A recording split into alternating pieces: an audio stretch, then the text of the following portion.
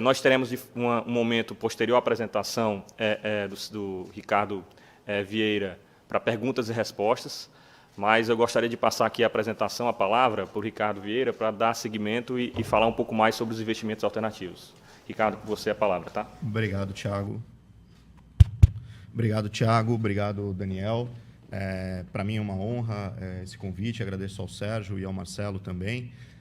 Eu, pessoalmente, acredito que não existe economia desenvolvida e saudável sem um papel muito relevante das fundações, né, dos fundos de pensão. Se a gente olhar para qualquer economia desenvolvida, elas têm uma participação muito relevante e não só apenas no atendimento aos seus participantes, mas elas são um indutor de desenvolvimento econômico-social indispensável. Então, para mim, é uma honra contribuir com a CAPEF, com o BNB e também com todas as demais fundações que aqui estão. Bom, antes de começar, a ideia aqui é mais, a exemplo do que o Daniel falou, apresentar um dos segmentos dos investimentos alternativos. Alternativos conseguem, de fato, gerar retornos acima do mercado, de forma muitas vezes descorrelacionada com o macroeconômico. Então, tendem a ser, principalmente dentro das fundações, etc., cada vez mais relevantes dentro da carteira dessa classe de investidor, né? Então, eu sou sócio da VBI. A VBI é uma gestora que até julho desse ano era uma gestora independente, aproximadamente 7 bi sob gestão, e era 100% dos sócios ali. E, em julho, nós vendemos 50% do nosso capital para o Pátria e passamos a integrar esse ecossistema de quase 140 bi, que é especializado em alternativos, né? Então, o Pátria tem, como o Daniel mencionou muito bem, private equity, crédito, infraestrutura, e nós entramos para ser o braço imobiliário, né, de todo o ecossistema. Então, por isso que vocês vão ver em muitos momentos aqui VBI, Pátria, mas são a mesma coisa. VBI é o braço imobiliário do Pátria. Bom, aqui, como assim, já até antecipado e acho que está na cabeça de todos vocês, os alternativos eles são um contraponto aos investimentos tradicionais em alguns pontos eles são mais ilíquidos, eles têm menos liquidez, eles estão muitas vezes em mercados privados, algumas vezes em algumas situações em mercados públicos também. Tem baixa correlação, então ele traz esse fator de diversificação para um portfólio, né, quando você aloca em investimentos alternativos. Tem um ponto aqui que é muito relevante, que são os acionistas ativos, né? Então, é o acionista participando de decisões da gestão, não simplesmente comprando uma ação em bolsa e se tornando quase que um beta das decisões do que o management e o board vai tomar ali na frente. Não, você de fato está, olha, eu estou comprando determinado, eu estou me tornando acionista, mas eu acho que você deveria fazer isso, eu vou entrar no conselho de gestão, eu vou entrar na administração e vou gerar valor ativamente ali dentro. E por todos esses fatores, ele consegue gerar um alfa, né, um retorno acima do mercado, em média, muito maior do que os investimentos tradicionais, muito mais líquidos e muito mais simétricos que a gente tem, por exemplo, na Bolsa de Valores, no mercado de crédito público, por exemplo. Bom, todas essas características dos investimentos alternativos se refletem no imobiliário. O imobiliário é uma classe de investimento dentro do alternativo. E no imobiliário, você vai desde, por exemplo, adquirir um imóvel, fazer a sua requalificação, né? Então, às vezes, você compra um escritório que está ali defasado, num processo de decadência de alguma forma, vai reformá-lo, vai transformar num residencial, vai investir, por exemplo, numa reforma para deixar mais atrativo para inquilino. Você tem, de fato, a oportunidade de requalificação e de geração de valor com atuação direta dos acionistas, né? No caso, dependendo do veículo, do cotista. E qual que é a essência do investimento imobiliário, né? Nos últimos anos, a gente teve uma sofisticação desse mercado e muitas vezes se falando termos, anglicismos e enfim, uma série de instrumentos de sofisticação financeira, etc. Mas é sempre importante a gente voltar para a essência, que é o que importa. Investimento imobiliário é a comunhão do excedente de renda e poupança das pessoas.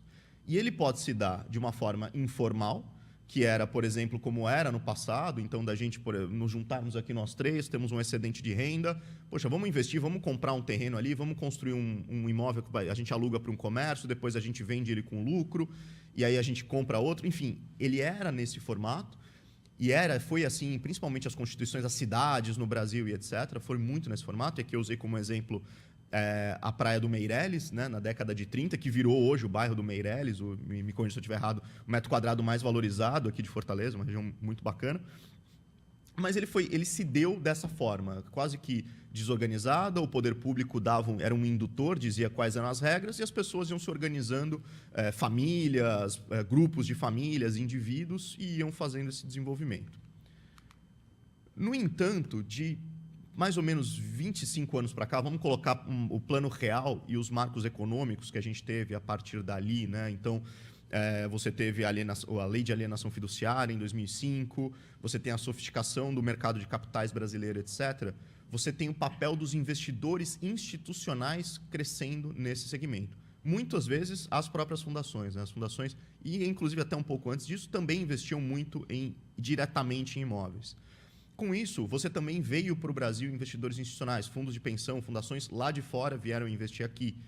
A formalização aumentou muito, a velocidade de transação aumentou também. Então, nos anos 90, surgem os fundos imobiliários, os primeiros vão para a Bolsa ali no início dos anos 2000, e a partir dali, com um simples toque no botão, com R$100, você conseguia comprar uma cota e se tornar proprietário ali de uma pequena parcela de um imóvel e receber a sua renda ali mensalmente. Então, o mercado se sofisticou, ganhou papel institucional, mas a essência continua sendo aquela. Vamos nos reunir para investir num determinado ativo imobiliário.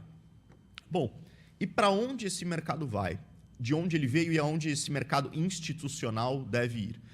O fato da gente ser um país ainda em desenvolvimento tem poucas vantagens. Uma delas é poder olhar para fora e ver o que já aconteceu nas economias centrais, que geralmente dão origem aos mesmos produtos financeiros no Brasil, e a partir daí você consegue imaginar o que vai acontecer por aqui.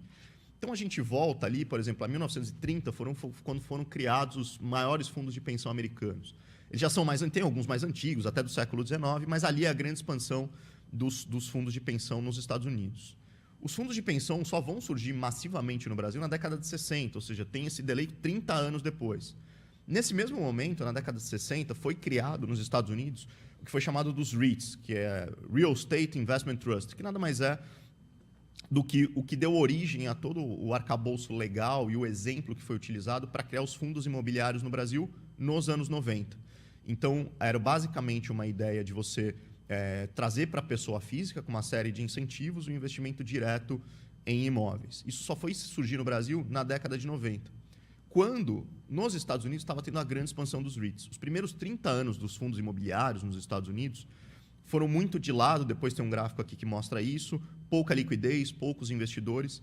Na década de 90, quando explode, a taxa de juros cai estruturalmente nos Estados Unidos e os produtos financeiros começam ali, de fato, alternativos a entrar na carteira do investidor americano por ganhos tecnológicos, facilidade de alocação e etc., os REITs estouram nos Estados Unidos. Assim, tem uma expansão gigantesca e eu vou mostrar aqui em seguida. E é o que a gente espera no Brasil a partir da década de 2020 agora. Isso significa... só porque só passaram 30 anos? Não. É porque uma série de fatores que aconteceram estruturais nos Estados Unidos acontecem hoje no Brasil. Isso significa que você vai ter uma explosão dos fundos imobiliários agora, daqui a 6 meses? Não. Mas é que as condições, os indicadores mostram que isso tende a acontecer. E a nossa leitura é que tem alguns gatilhos aqui que eu vou colocar em seguida que dão esse sinal. Bom, o que é basicamente os fundos imobiliários americanos, né? E eles deram origem não só aos fundos imobiliários brasileiros, mas a uma série de outros, mais de 40 países aí que adotam um modelo similar. Isenção fiscal para a pessoa física, distribuição recorrente de renda, incentivos à liquidez e à pulverização. Então, por exemplo, a regra no Brasil, né, que você não pode ter mais de 10% do fundo. E a gestão ativa profissional. Você coloca um gestor, alguém que é especializado no setor, que não vai simplesmente só cobrar o aluguel e te entregar. Ele vai cuidar daquele imóvel, ele vai cuidar dos inquilinos, ele vai eventualmente vender um imóvel com lucro, vai comprar outro, vai reformá-lo e vai vender de novo. Enfim, esses 4 pilares que são do mercado americano deram origem não só aos fundos imobiliários no Brasil nos anos 90, mas a uma série de mercados de fundos imobiliários no mundo inteiro.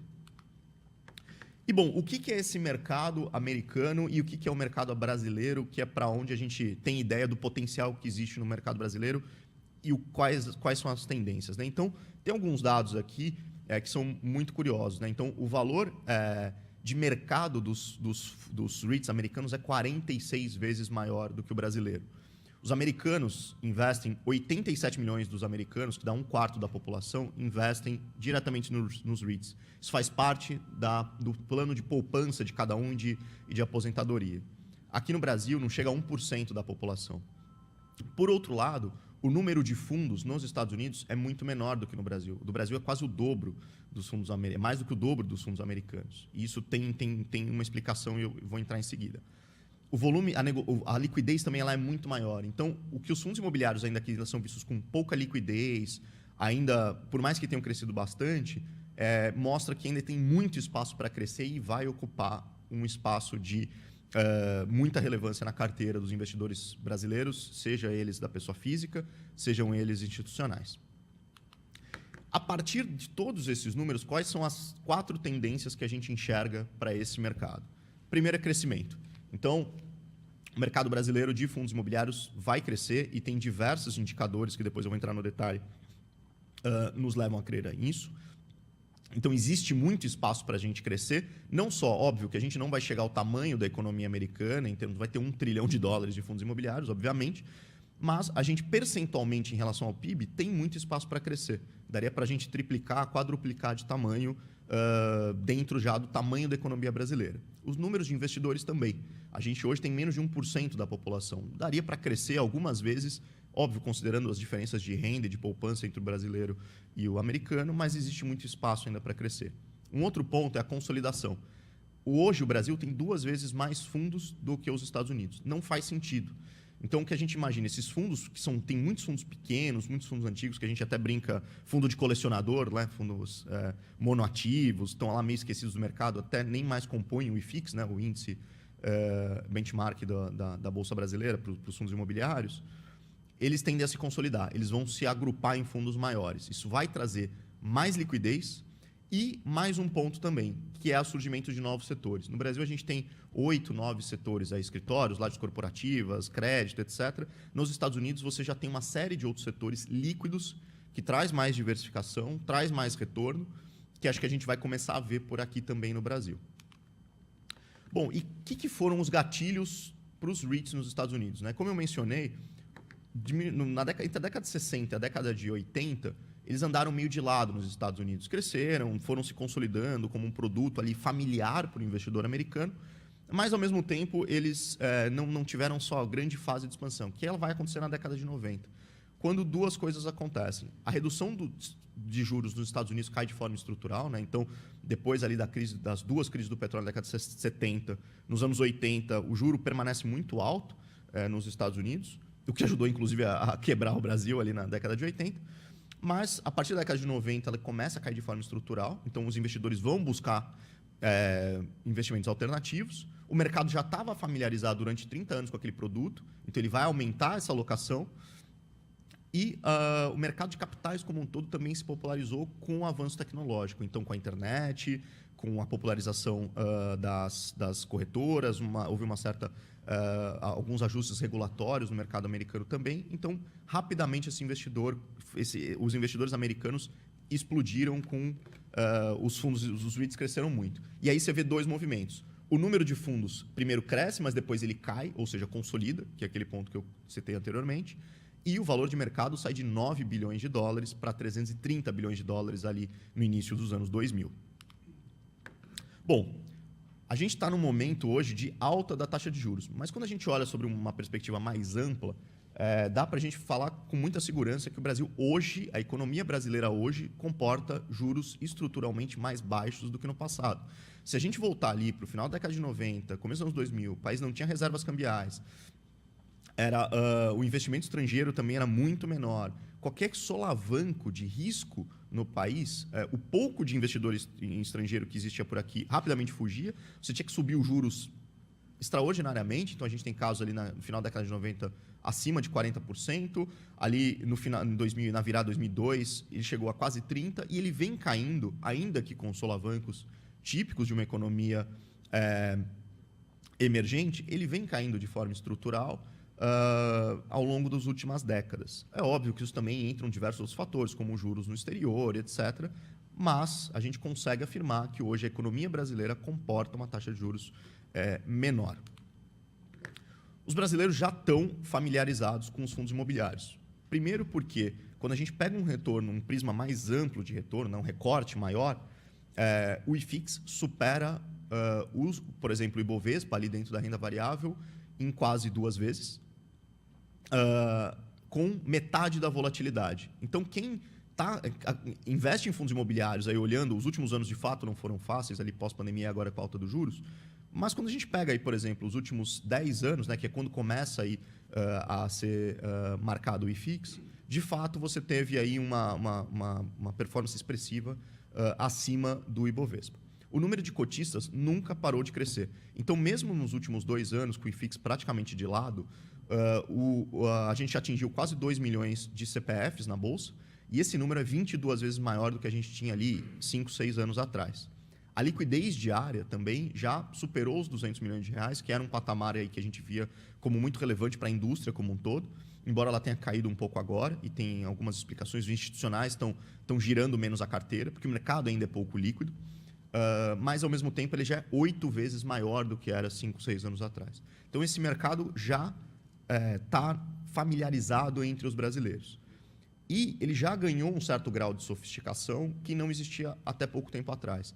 Então, até 2015, que é ontem, metade dos fundos praticamente eram gestão passiva, que significa simplesmente comprar um imóvel, recolher os aluguéis e distribuir para os cotistas. Cobravam um FII muito baixo, não requalificavam os imóveis, não faziam o fundo crescer, não vendiam imóveis, compravam novos imóveis, enfim, era uma gestão de fato passiva.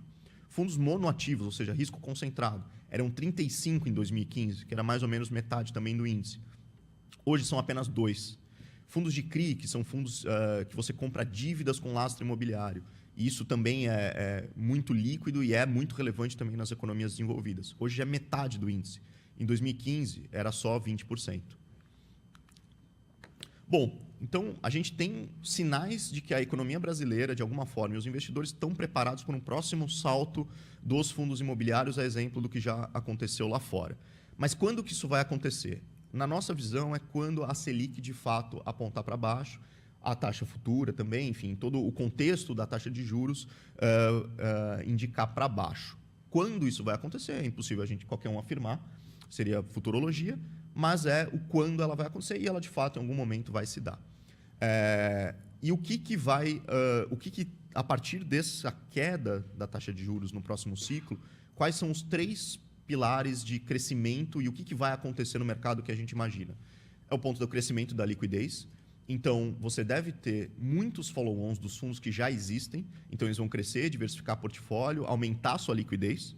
Tende a ter poucos IPOs, então é o ponto muito da consolidação que eu mencionei anteriormente.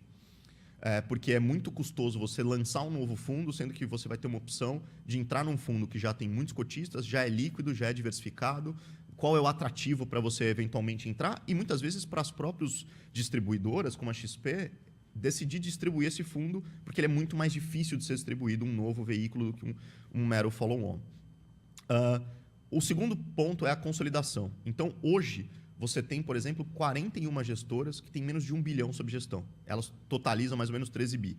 Se, além disso, tem mais 26 bi em mais de 110 fundos que a gente chama que eles são ineficientes. Eles têm aí um PL abaixo de 300 milhões, eles têm gestão passiva, eles têm um único ativo, são pequenos e líquidos. Então, esses fundos vão, de alguma forma, e isso não vai ser custoso para o cotista, é simplesmente via assembleia, aquisição de gestoras entre si, que você vai consolidar esse mercado. E isso vai tornar o mercado mais líquido, né? Então, 2 fundos de 300 milhões são menos líquidos do que um único fundo de 600, por exemplo. Outro ponto é que, com o crescimento e com o aumento da liquidez, você vai começar a ter um investidor institucional estrangeiro olhando para cá também. Então, seja porque ele vai começar a entrar ali naquela carteira de fundos globais, de ações, por exemplo, ele vai olhar para aquele fundo e falar, opa, eu preciso ter 0,5% Real Estate Brasil, porque já é um mercado relevante, e quando esse cara entra, ele realmente mexe em precificação de mercado, então a gente tende a ser o mercado a observar yields mais baixos, né? Isso significa que o preço sobe das cotas, o prêmio de risco exigido vai ser menor. Os REITs ganhando liquidez, os fundos imobiliários ganhando liquidez, vão entrar em muitas ETFs também, já estão em algumas. Então, a gente viu alguns movimentos em um fundo do Credit Suisse e outro do Kinea, que em um dia eles subiram quase 15%. Porque no momento em que ele entra num portfólio teórico ali para um ETF alocar, ele tem que alocar na hora, ele tem um prazo muito curto. Então, esse volume de capital vem de forma imediata e não interessa o preço. Então, de fato, você vê grandes movimentos. Então, ou seja, esses ETFs já estão entrando no Brasil. E também novos setores. Então, na medida em que os setores tradicionais crescem, vão se valorizando, você começa a olhar para fora e falar, opa, que setores que ainda não estão, que eu consigo comprar imóveis mais baratos, né? Ou seja, com caps mais altos, com yields mais altos. Então, aí novos setores devem estar para a Bolsa, a exemplo também do que aconteceu lá fora. O que a gente espera em termos de inovação setorial? São diversos setores, mas eu gostaria de destacar 3. Energia. Então, são fundos imobiliários de equity e de crédito também, né, concedendo crédito com foco em geração distribuída. Então, são plantas, por exemplo, de energia solar, de médio e pequeno porte, que são criadas, por exemplo, em áreas urbanas pouco adensadas ou áreas rurais, muitas vezes.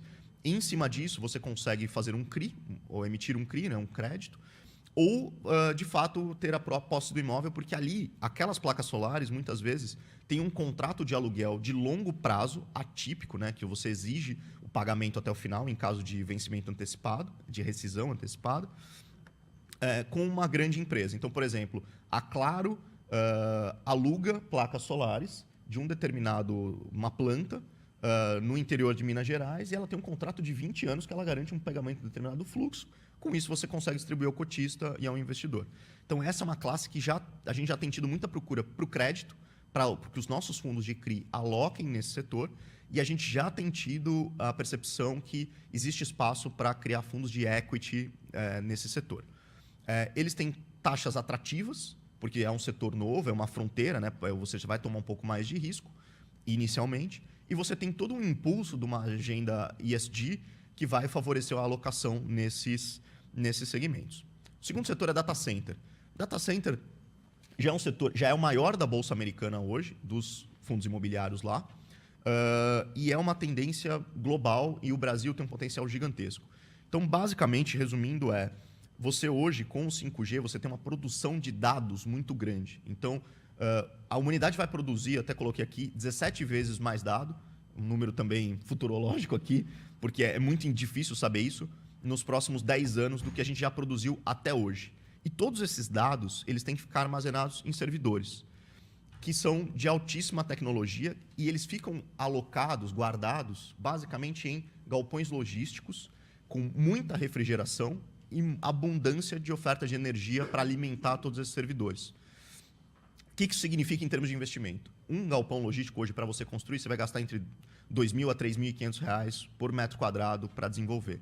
Um galpão para data center, você vai gastar R$ 50 mil por metro quadrado. Então, com a resolução agora e a definição do modelo 5G que a gente vai ter no Brasil a partir agora de 2023, vão começar a ser construídos muitos data centers aqui no Brasil. Já estão sendo construídos, inclusive. E na medida em que eles maturem, né, estejam prontos, eles vão para a Bolsa lá na frente, para os investidores, pessoa física, já comprar o imóvel que a gente chama performado, né, já pronto e gerando aluguel ali para os seus investidores. E um terceiro setor é saúde e educação.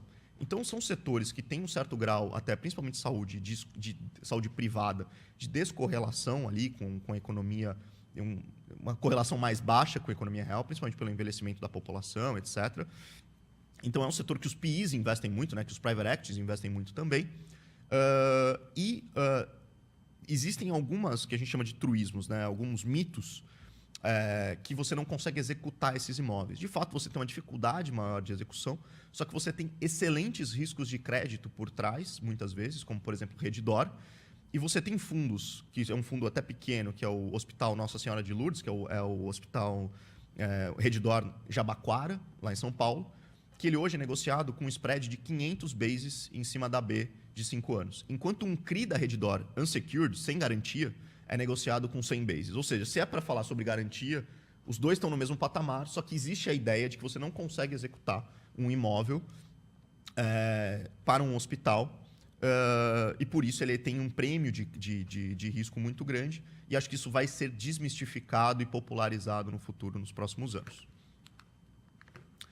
A gente também acha que pode, aí como um complemento, um caminho contrário para os investidores brasileiros, ou seja, investir nos REITs lá fora. Assim como já muitos investidores, pessoa física e institucional, estão indo para fora para investir em ações, em fundos em ações lá fora, para diversificar a carteira, etc., por que não investir nos REITs? Né? Então, quando a gente pega que o retorno acumulado nos últimos 20 anos, em reais, ele supera todos os seus comparáveis ali, tanto as ações americanas em dólar e em real, tanto também o próprio Ibovespa aqui em real. Então, o efeito para o investidor brasileiro não só retorno absoluto é muito interessante, mas ele provoca um efeito de descorrelação no portfólio muito grande. Então, quando a gente pega, por exemplo, o retorno em reais do IFIX no Brasil ou do Ibovespa e o retorno em reais do NAREIT, que é o principal índice dos fundos imobiliários americanos,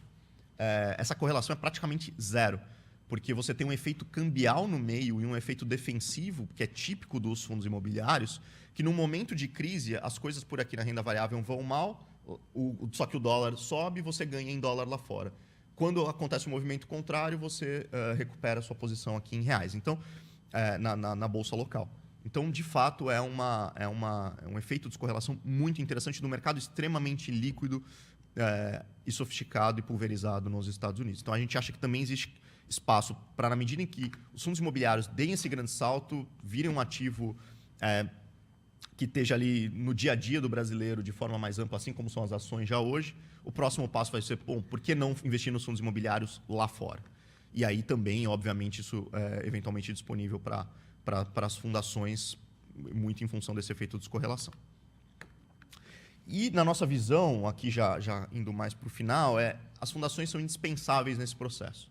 Então, aí a resolução 4994, né, que substituiu a 4661, reforçou a necessidade que as fundações têm de investir em imóveis a partir de 2030 só através de fundos imobiliários. Existe um contingente de imóveis gigantesco dentro das fundações, então é mais ou menos hoje 45 bi, o que equivale a 80% do IFIX. Então, se você comparar hoje tudo que está na fundação e tudo que está na bolsa ali dos fundos imobiliários dos estados, 80% seria o portfólio hoje das fundações. Né? A partir disso, o que a gente imagina como caminhos que vão surgir? Você pode ter a venda de ativos, né? Algumas fundações já, inclusive, já estão caminhando para alienar os próprios ativos, internalizar esses recursos e investir em fundo imobiliário, né? Alocando ali na bolsa. Fundos exclusivos, então isso já é um trabalho, inclusive nós temos já feito lá no Pátria e na VBI, que é trazer uma fundação, geralmente de médio porte, e pequeno porte, fala, olha, eu não vou gerir a minha carteira de fundo imobiliário. Assim como ela faz com gestor de ações, ela fala, olha, eu transfiro aqui, a gente faz um FII, que na verdade é quase de forma objetiva um FIC-FII, e você pode investir em fundos imobiliários, faça a gestão da minha carteira. Você tem um ganho de eficiência de gestão grande com esse processo, e você ainda tem uma oportunidade também de as fundações integralizarem os seus imóveis em fundos imobiliários. Que é basicamente ela, olha, eu gosto desse imóvel, ele me gera uma renda interessante para o meu participante, para o meu programa aqui. Eu quero manter esse imóvel, eu não quero vender. Eu vou transferir ele para dentro de um fundo imobiliário, vou nomear um gestor especializado e ele vai gerir esse imóvel de forma, às vezes, mais rápida, mais eficiente, porque ele não tem as travas que uma fundação muitas vezes tem, e vai distribuir aí o rendimento ou, enfim, reinvesti-lo de acordo com a necessidade da fundação. E qual que é o nosso papel aí, por fim, nessa visão de mercado e de futuro? Bom, a gente hoje, dentro dos quase 140 bi hoje sob gestão do Pátria, hoje nós temos aproximadamente 7 bi no imobiliário. A gente acha que a gente consegue, com essa especialização, oferecer excelência de gestão, na gestão do inquilino, do imóvel, enfim, do mercado para o mercado como um todo, seja para os nossos fundos pulverizados para a pessoa física, seja nos fundos exclusivos para as fundações. A gente pretende também, e isso é público e claro, é liderar o processo de consolidação do mercado. Então, tudo isso que a gente enxerga como visão de mercado é o nosso papel executá-lo também, e não simplesmente ser passivo nesse processo. E ter, na nossa visão, o que a gente chama de fundos especializados por segmento, porque isso te dá gestão ativa, de fato, e ganho de escala. O que eu digo por especializado? Não simplesmente ter um grande fundo de imóveis que você coloque tudo lá dentro. Ah, tem shopping center, tem logística, tem office, não. Acho que a gestão especializada faz muita diferença. Na própria VBI, a gente tem uma estrutura que ela se dá por times que só olham cada um dos setores. Então, por mais que muita gente tenha a ideia de que imóvel é uma coisa só, cada subsetor tem uma dinâmica muito própria. Então, aqui a gente já vê todos os setores que já são expressivos nos fundos imobiliários, a gente já tem um fundo imobiliário líquido listado na bolsa que o investidor pode investir.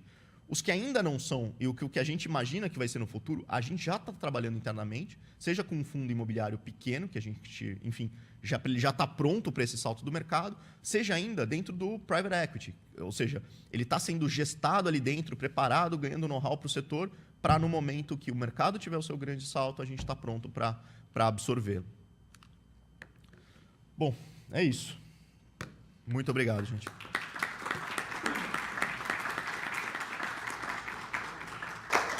Obrigado, Ricardo. Parabéns pela apresentação. Você colocou alguns pontos também importantes com relação ao mercado do produto do fundo imobiliário, inclusive a análise aí de performance, considerando aí um período mais longo, superior, inclusive, ao mercado tradicional de bolsa, o próprio índice Bovespa, realmente com menor volatilidade. Você, inclusive, colocou algum ponto, inclusive, que a gente tem acompanhado mais recentemente, uma volatilidade maior, realmente de um resultado um pouco mais impactado em termos de performance. Mas você também colocou um cenário positivo, né? Trazendo aí um pouco da visão do mercado em termos de redução do custo de oportunidade, taxa Selic, e quão esse mercado pode se consolidar e crescer ainda mais, né? Obrigado e parabéns pela apresentação. A gente tem agora um momento aqui de perguntas e respostas, tanto da plateia, se tiver alguém com alguma pergunta para fazer, acho que pode levar o microfone, mas a gente já tem perguntas feitas aqui pelos formulários, o pessoal que participa também nos assistindo aí pelo YouTube. A primeira direcionada ao Daniel Teixeira. Aqui é a pergunta que fala, em sua fala, Daniel, você mencionou brevemente sobre alguma resistência em empresas fechadas quanto à abertura de capital, o que faz com que empresas recorram ao private equity. Nesse sentido, na ocasião do período de desinvestimento, qual tipo de saída das empresas a gestora XP mais utilizou em seus cases, né? É possível mensurar uma proporção entre saídas via IPO versus outras formas de saída? Eu não tenho esse número pronto aqui para destacar para vocês, mas a maneira de sair, mesmo que uma empresa seja fechada, ela não queira abrir capital de um meio de instrumento de private equity, podem ser muitas, mas sempre passando por formatos parecidos. Por exemplo, vamos lá.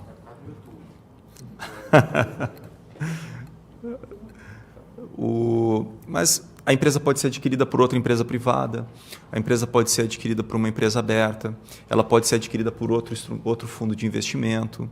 Né? Então, existem várias maneiras de você promover a liquidez de um ativo investido dentro de um private equity. Né?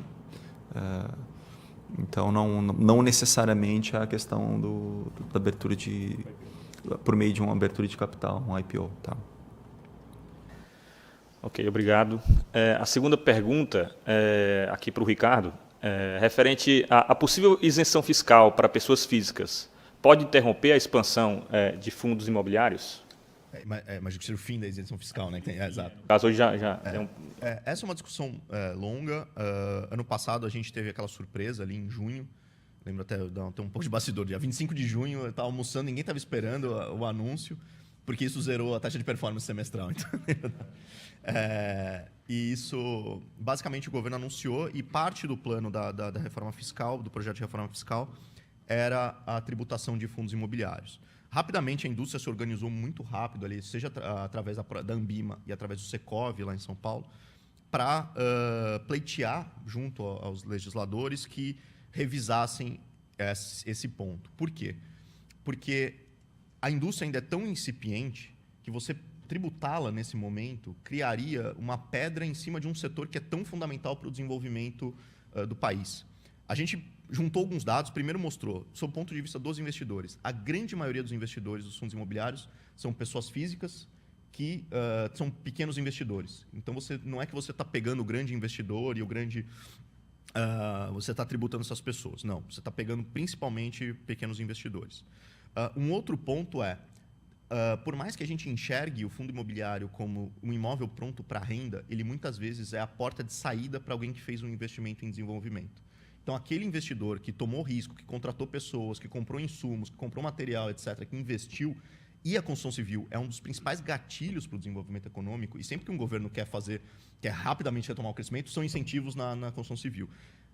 A gente mostrou que, cara, você vai matar um mercado que é um dos maiores compradores de imóveis prontos nesse mercado. E também afetaria os fundos de crédito, que financiam basicamente o desenvolvimento imobiliário e a incorporação, que já são metade do setor. Então, isso rapidamente os parlamentares que a gente teve contato foram convencidos. A gente acha que esse assunto, em algum momento, vai voltar para a pauta de novo, mas a gente acha que o mercado ainda não está pronto para receber para ser tributado nesse momento. Principalmente porque o efeito fiscal seria muito pequeno. Não seria representativo e o impacto seria muito maior. A gente acha que um dia isso vai acontecer, mas quando os mercados estiverem muito maiores. Não, perfeito, Ricardo. E é importante destacar esse impacto, né? Esse investimento de impacto, que impacta realmente toda a sociedade, que não está limitado ao produto de investimento que está ali no mercado financeiro, né? A terceira pergunta, acredito que cabe aos dois, mas eu vou direcionar aqui, Daniel, para você, se possível, puder nos ajudar, que aqui, em termos de setores, tá, atualmente, teríamos alguma preferência por empresas de algum setor da economia? E aí a pergunta vai além. Quais setores poderiam ser descartados? Então, Tu me arrebenta. Não? Olha, o que eu poderia destacar, eu acho até faz muito sentido com que o momento econômico que o Brasil está passando, é o segmento, o setor de infraestrutura, né? que acaba englobando diferentes aspectos, né? Ou diferentes segmentos da própria infraestrutura. O Brasil é um país muito carente, né? de infraestrutura aeroportuária, de infraestrutura ferroviária, de infraestrutura portuária, de infraestrutura energética. E todas essas modalidades de investimento, elas são, vamos dizer assim, base para alavancagem de produtividade de outros setores de serviços, setor de transporte. Bom, setor de serviços, setor de transporte é a mesma coisa, mas ele acaba, vamos dizer assim, reduzindo os custos de outros segmentos da sociedade, de outros segmentos econômicos, promovendo uma melhor previsibilidade de fluxos financeiros, de lucros das empresas. E o Brasil vai vivendo um bom momento, né, nesse aspecto. O último governo acabou financiando, acho que isso vem desde o Temer, acabou beneficiando bastante a questão das concessões públicas, né? E eu espero que isso tenha continuidade, que tenha gerado muita atratividade de investidores locais e externos, evidentemente. Agora, quanto à questão de quais setores podem ser descartados, eu não teria nenhum assim que eu pudesse realmente destacar, até para não ser injusto. Mas o que eu gostaria numa análise de um produto de investimento, é importante tentar identificar o ciclo econômico, né, que aquele segmento está vivenciando. Isso aí não quer dizer que a empresa que está vivenciando um ciclo econômico ruim vai ter uma performance ruim, não é isso. Mas você vai potencializar a sua probabilidade de ter um retorno positivo adequado, né? Então, em todos os setores, bons ou ruins, você vai encontrar oportunidades. E aí é o mérito do bom analista, do bom gestor, tentar identificar exatamente os melhores instrumentos para conseguir um melhor retorno. Tá? Ok, obrigado. A gente está chegando várias perguntas aqui, o pessoal da organização, se tiver com relação ao horário um pouco mais... Mas eu vou dar seguimento aqui. Acredito que essa pergunta 4, que chegou também através dos formulários, se direcionado também ao Daniel, que comentou sobre o Private Equity, né? Daniel, assim, quais os principais benefícios à entrada de um fundo de Private Equity no capital de uma empresa? Acredito que entra a questão da governança, todo um processo de tomada de decisão, enfim, mas se puder comentar de forma breve aí, a gente fica A te agradeço. Em resumo, muitas vezes o empresário, né, às vezes é uma empresa familiar, uma empresa com poucos sócios, é importante ele ter uma visão externa, um acesso ao capital mais barato, né, a uma mudança hierárquica que vai promover um crescimento ou uma melhor geração de riqueza. Eu não poderia também ser injusto e ficar só com isso, né? Mas os benefícios de um private equity, de um instrumento de private equity, acessar um capital fechado, são inúmeros. Tá? Mas principalmente em relação à melhora de balanço das empresas. Né? Quando uma empresa de private equity ela entra, ela é um ente profissional, né, que vai tentar entrar no capital de uma empresa exatamente para gerar valor. E isso se dá muitas vezes pelo balanço financeiro das empresas, pela análise de demonstração de resultados das empresas. Então, com muita técnica, os profissionais de private equity tentam exatamente exercer influência sobre os aspectos de potencialidades de crescimento e melhora de balanço financeiro das empresas. Perfeito. Obrigado. A gente vai fechar aqui com a última pergunta, dado o nosso horário, e aqui direcionada ao Ricardo. Ricardo, os FIAGROS, eles poderiam ser incluídos nessa inovação setorial que você citou, dos fundos de investimentos imobiliários? Ou ele é considerado realmente, de fato, um mercado à parte? Se puder comentar. Então, vamos lá. Eu acho que os FIAGROS eles já cresceram bastante e eles estão sendo encarados muito como fundo imobiliário. Por exemplo, você pega os research, são os mesmos analistas que fazem cobertura de fundo imobiliário, fazem FIAGRO. O investidor, via de regra, costuma ser o mesmo, porque ele pegou emprestado toda a legislação dos fundos imobiliários, enquanto a dele, que tende a ser muito parecida, ainda não é definida, que é uma das metas da Ambima para esse ano e da CVM. Perdão. Só que tem um ponto, acho que tem que tomar muito cuidado com o seguinte. O investidor tem que olhar muito bem se, por exemplo, a gestora daquele FIAGRO tem um time especializado em agro. É um bicho completamente diferente do imobiliário. Eu falo isso assim, se você me perguntar sobre um determinado imóvel logístico, eu vou saber se, olha, esse aqui é pior do que esse, porque tem um pedágio antes, então ele fica caro para o cara que está ocupando, ou, enfim, eu consigo discutir. Se você me falar sobre uma fazenda numa mesma cidade, X ou Y, eu não tenho parâmetros de análise e comparação. Então, é muito importante olhar se uma casa tem um time competente, formado, especializado nisso. Um outro ponto ele tende a ser muito concentrado em crédito agrícola, porque é onde dá para buscar melhores taxas. No equity, nenhum fundo de terra mesmo conseguiu sair, porque ele opera com taxas muito baixas, dado que o risco é muito baixo. Então, ele está competindo muitas vezes para vender, um fundo imobiliário está competindo para comprar com alguém que topa, está olhando um horizonte de um prazo muito mais longo, focando no ganho de capital e não na renda que ele paga ali no dia a dia. Então, acho que ele vai continuar concentrado em crédito, mas tem que tomar muito cuidado com analisar muito bem quem é que está gerindo de fato esse fundo. Obrigado, Ricardo. Agradecemos aqui a participação dos colegas aqui, os especialistas em investimentos alternativos. Aqui a gente encerra o primeiro painel e passa a palavra aí para o cerimonialista.